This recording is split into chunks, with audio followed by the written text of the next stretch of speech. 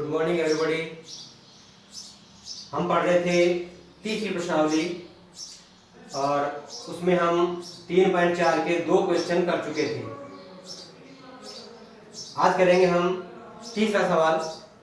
तीसरा सवाल है, दो ऐसे क्रमागत विषम धनात्मक पूर्णांक ज्ञात कीजिए जिनके वर्गों का योग 290 हो। ध्यान दीजिए, ये ऐसा क्वेश्चन है जिसमें समीकरण हमें खुद को बनानी है।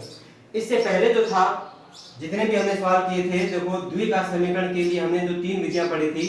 सबसे पहले हमने पढ़ी थी गुणनखंड विधि, फिर पढ़ी थी पूर्ण वर्ग विधि, और उसके बाद में एक पढ़ी थी द्विघात सूत्र, श्रीधर आचार्य द्वारा प्रतिपादित द्विघात सूत्र का प्रयोग करते हुए द्विघात समीकरण को हल करना। ये 3 विधियां हम पहले पढ़ चुके थे। इन तीनों विधियों में हमें समीकरण प्रश्न में दी हुई थी, हम सीधा उसको हल कर रहे थे इसमें से किसी न किसी विधि का प्रयोग करते हुए। लेकिन अब जो सवाल है, इसमें समीकरण नहीं है बल्कि एक कंडीशन दी गई। उस कंडीशन को समझते हुए हमें पहले समीकरण बनानी है। समीकरण बनाने के बाद में हमें इन तीनों में से किसी भी एक विधि का प्रयोग करते हुए इसे हल करना है। अब देखिए, सवाल को ध्यान से समझना है। परीक्षा की दृष्टि से देखें तो ये वाले सवाल बहुत ज्यादा मोस्ट होते हैं। देखो, दो ऐसे क्रमागत विषम धनात्मक, देखो क्रमागत का अर्थ क्या होता है? क्रमागत कंटिन्यू यानी लगातार, एक के बाद एक कंटिन्यू आने वाली संख्याएं लगातार। जैसे 2 है, 2 के बाद में 3, 15 है 16, 25 आती है तो उसके आगे 26, ये होती है कंटिन्यू। परंतु इसके साथ साथ ये भी ध्यान रखना है कि यहाँ पर सम है या विषम है या इनमें से कुछ भी नहीं है। यदि कुछ भी नहीं है तो इसका मतलब 2, 3, 4, 5 सभी लगातार हुई। और सम या विषम की बात आती है तो हमें सम और विषम के हिसाब से ही संख्याओं को लेना है। देखो, क्रमागत एक आती है सम क्रमागत और एक आती है विषम क्रमागत।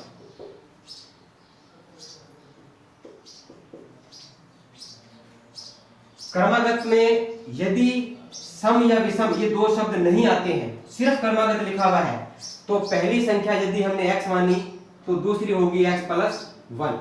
क्योंकि देखो, जैसे अभी बताया, 2 के बाद में क्या आता है? 3, यानी पहली संख्या में 1 जोड़ते ही आगे की संख्या प्राप्त होती है, चाहे कोई भी हो। 20 है, 20 के क्रमागत संख्या कौन सी होगी? 21। आया कैसे? इस 21 को हम 20 प्लस 1 यानी पहले वाली में 1 जोड़ करके प्राप्त कर सकते हैं। ये तो होता है क्रमागत, जब सम विषम नहीं लिखा हुआ है तब। लेकिन यदि आ जाता है क्रमागत सम संख्याएं या विषम संख्याएं, तो इन दोनों के लिए एक जैसी स्थिति आती है। अगर हम यहां संख्याओं की बात करते हैं, कंटिन्यू चलते हैं, इस तरह से ये संख्याएं हैं। अगर इसमें से केवल सम को लिया जाए तो देखो, सम संख्याएं 2, 4, 6, 8, 10, 12 यूं ही चलती रहेंगी कंटिन्यू। अब इसमें अंतर कितना है? मान लीजिए ये पहली संख्या x है, तो इसके बाद में आने वाली लगातार सम संख्या कौन सी होगी? x plus 2। यानी सम और विषम के अंदर जब क्रमागत संख्याएं आती हैं तो वो 2 प्लस होकर के आती हैं, 2 जुड़ती हैं, चाहे वो सम हो चाहे विषम हो। विषम में भी ये होता है, देखिए 1, 3, 5 ये है विषम संख्याएं। यदि इस पहली संख्या को हमने x माना तो ये अगली विषम संख्या जो इसके जस्ट बाद में क्रमागत आती है वो होती है x प्लस 2। तो सम और विषम के लिए एक जैसी स्थिति आएगी। परंतु जहां सम विषम नहीं लिखा हुआ है वहां आपको 1 जोड़ना है, और सम या विषम आता है तो 2 लिखना है। और दूसरी बात ये कि यहां दे रखा है धनात्मक पूर्णांक, यानी जो संख्याएं हैं वो कैसी होनी चाहिए? प्लस की, धनात्मक होनी चाहिए। यदि हमने प्रश्न को हल किया है और हमारा आंसर माइनस में आता है तो हम उस माइनस वाले आंसर को नहीं लेंगे, यानी वो संख्या हमें ज्ञात नहीं करनी है। तो इस तरह से पहले आप क्या करेंगे? सवाल को ध्यान से समझेंगे, क्या पूछा गया है, सम है या विषम है, या सीधा ही दे रखा है क्रमागत संख्याएं, सम विषम की बात नहीं है। धनात्मक है या ऋणात्मक है या कोई भी पूर्णांक है, तो ये सारी चीजें हमें पहले समझनी है सवाल में। अब जैसा सवाल में दिया गया था उसी के अनुसार हमें मान करके हल करना है। तो हम करते हैं इसका हल। हमें नहीं पता कि वो संख्याएं कौन सी हैं। मान लीजिए अगर हमें एक संख्या भी मिल जाए तो हम कह सकते हैं कि उसके आगे वाली दूसरी संख्या क्या होगी। ठीक है, जो संख्या हमें नहीं पता हम उसको क्या मान लेते हैं, x। तो हम लिखते हैं माना पहला विषम धनात्मक पूर्णांक x, मतलब पहला पूर्णांक हमने मान लिया x, इसलिए क्रमागत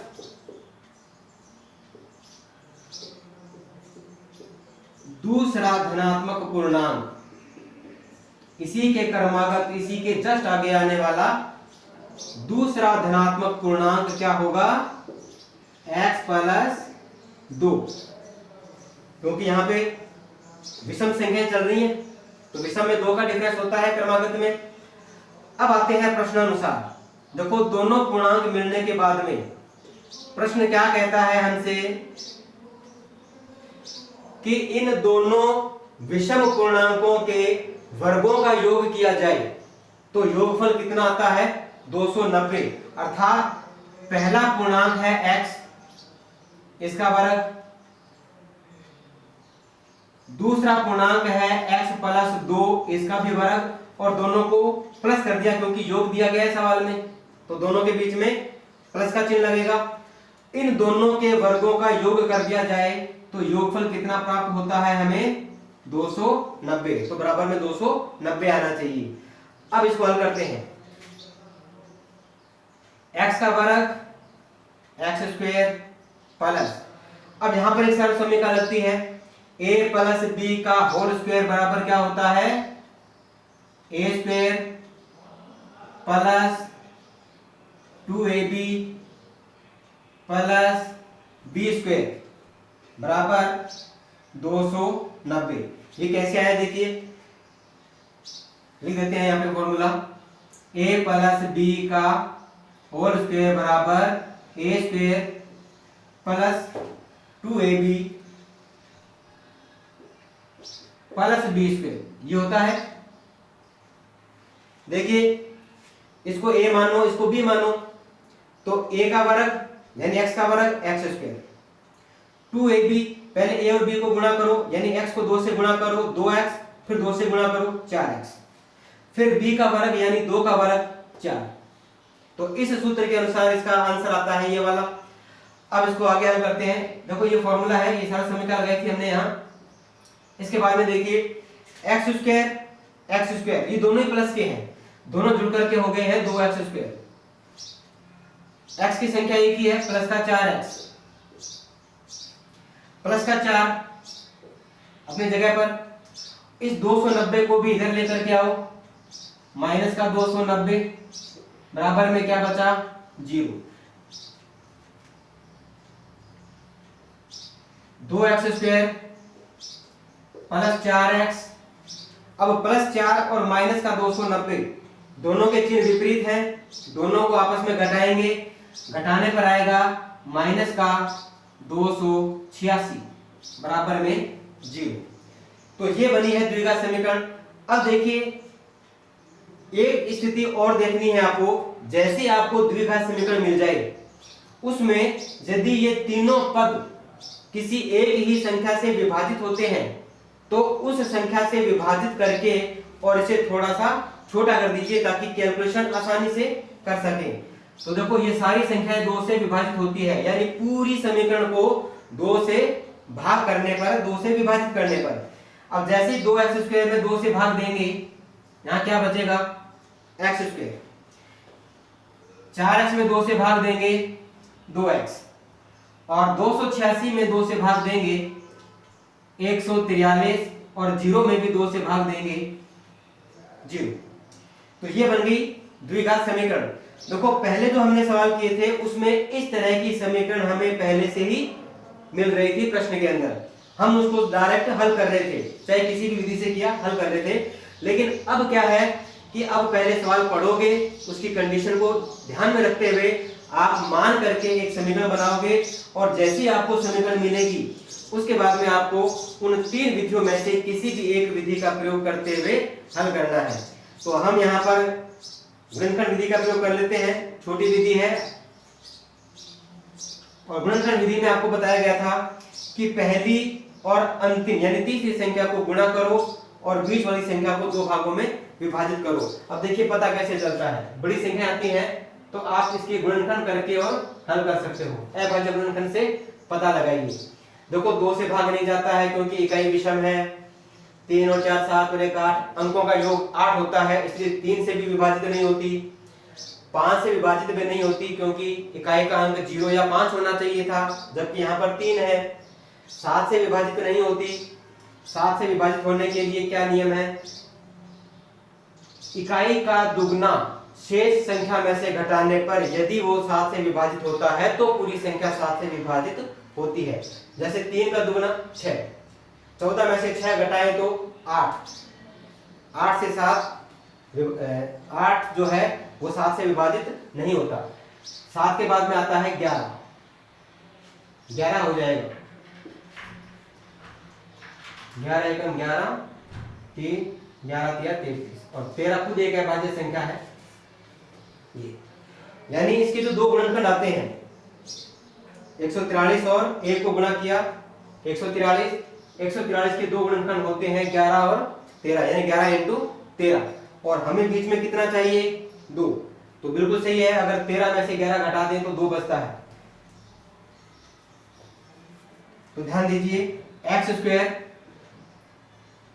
प्लस इस 2 को हटा करके हम क्या लिख रहे हैं 13 माइनस 11x माइनस 143 बराबर में 0, या x square plus 13x minus 11x minus 143 बराबर 0। देखो इस ब्रैकेट को जब खोलेंगे तो मैंने पहले भी बताया था, ब्रैकेट से ठीक पहले यदि माइनस का चिन्ह होता है तो वो अंदर वाले निशान को बदल देता है, परंतु यहाँ प्लस है इसलिए ये निशान चेंज नहीं होगा। अब 2 के युग्म बनाते हैं। पहले युग्म में से सिर्फ x कॉमन आएगा, यहां क्या बचता है देखिए x स्क्वायर में से x कॉमन, x बचा, फिर प्लस 13x में से x बाहर आ गया कॉमन, यहां बचता है 13, फिर माइनस 11 और 143, इन दोनों में से कॉमन क्या आएगा भी 11, क्योंकि हमने देखा था कि 143 का एक गुणनखंड 11 भी होता है। फिर यहां पर देखिए 11 बाहर चला गया, अंदर आ जाता है x, और इस माइनस की वजह से ये वाला निशान चेंज हो जाएगा, और 143 में 11 से भाग देने पर आता है 13 बराबर में है 0, या x प्लस 13 जो ब्रैकेट एक जैसा है उसको एक ही बार लिखना है, और जो बाहर है उसको दूसरे ब्रैकेट में। अब आती है प्रथम स्थिति, जब x माइनस 13 बराबर 0 हो तो x बराबर हो जाएगा, सॉरी x प्लस 13 बराबर 0 हो तो x बराबर होगा माइनस का 13, और दूसरी स्थिति में आ जाएगा यदि x माइनस 11 बराबर 0 हो तो x बराबर आ जाएगा 11। ये 2 स्थितियां आ गई हमारे सामने, x का मान माइनस का 13 या फिर 11। अब देखिए हमने यहाँ फर्स्ट लाइन में क्या लिया था, माना पहला विषम धनात्मक पूर्णांक, पूर्णांक कैसा होना चाहिए धनात्मक, तो इन दोनों में से देखो धनात्मक कौन है 11, ये तो ऋणात्मक है इसलिए हम इसको नहीं लेंगे, तो हम कह सकते हैं क्योंकि माइनस 13 ऋणात्मक पूर्णांक है, आता है x बराबर -13 छोड़ने पर। इसको तो छोड़ दीजिए। अब -13 को छोड़ने के बाद में दूसरा जो मान है वो कितना है, 11। अतः पहला विषम धनात्मक पूर्णांक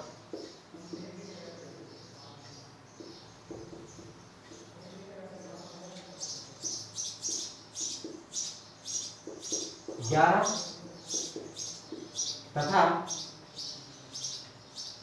क्रमागत दूसरा पूर्णांक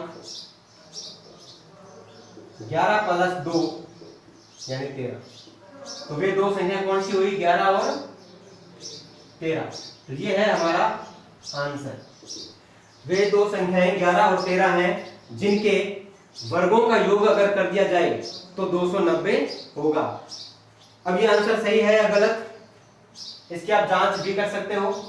देखो 11 का वर्ग कितना होता है, 121, और 13 का वर्ग होता है 169। इन दोनों वर्गों का योग करते हैं 290। सही है। ये जांच हमें दिखानी नहीं है सवाल में, ये करनी नहीं है, सिर्फ आपको दोनों पूर्णांक ज्ञात करने हैं और खत्म करना है। अब ध्यान रहे, अगर प्रश्न में धनात्मक शब्द नहीं आता तो हो सकता है फिर दोनों ही आंसर सही होते। तो धनात्मक या ऋणात्मक जो भी शब्द आता है उस पर ध्यान देना है। धनात्मक मान पूछा है तो धनात्मक ही लेना है, ऋणात्मक लेना ही नहीं है, छोड़ देना है। अब क्या होता है कि कई बार शिकायत करते हैं बच्चे कि सर आप तो बताते हो कि 11 और 13 है, जबकि हमारे पास आता है 11 और -13। हमारे पास -13 आता है, उत्तर माला में 13 दिया हुआ है। तो ध्यान रहे हमने इस 13 को तो लिया ही नहीं है, ये -13 को छोड़ ही दिया। हमने तो एक ही लिया है ना, 11। हमने माना क्या था, वो देखो यहाँ जो x माना था वो x का मान इन्हीं दोनों में से कोई एक होगा, इसलिए ऋणात्मक छोड़ दिया हमने, क्योंकि धनात्मक की बात चल रही है। यहाँ ऋणात्मक छोड़ने के बाद में धनात्मक कौन सा बचता है, 11। तो हम तो 11 ही ले रहे हैं ना। और दूसरा 13 कैसे आया, तो यहाँ देखिए दूसरा धनात्मक पूर्णांक x + 2, यानी जो हमने 11 लिया था उसमें 2 जोड़ेंगे तब अगला विषम पूर्णांक आ जाएगा। और 11 और 2 कितने होते हैं, 13। तो ये तो हमने जोड़ के निकाला है, ये वाला नहीं लिया है, जिसको तो हमने छोड़ दिया। तो ये चीज ध्यान रहे, जो हमें नहीं चाहिए आप उसको नहीं लोगे। उत्तर आ रहा है, आने दीजिए, वो हमारे काम का नहीं है। हमें एक ही लेना था, वो हमने ले लिया। ठीक है, तो बहुत ही बढ़िया प्रश्न है। इसके साथ क्वेश्चन नंबर 4 और 5 दो और देखे हैं। आप अभ्यास करें उन दोनों प्रश्नों का, इसी तरह से सवाल को समझते हुए समीकरण बनाएं और उसको जो भी विधि आपको अच्छी लगे, चाहे वो गुणनखंड विधि है, चाहे पूर्ण वर्ग विधि है, या फिर द्विघाती सूत्र है, किसी से भी कीजिए, आंसर वही आएगा। आंसर में कोई भी परिवर्तन नहीं होगा। तो अभ्यास सभी का करना है, लेकिन परीक्षा की दृष्टि से जो भी उचित लगे उसी विधि का प्रयोग करना है। अब हम इसके बाद में नेक्स्ट चैप्टर पढ़ेंगे 3.5। तो ये 3.5 हम बताएंगे आपको अगली क्लास में। तब तक के लिए आप इन्हीं प्रश्नों पर अपना अभ्यास करें। Thank you.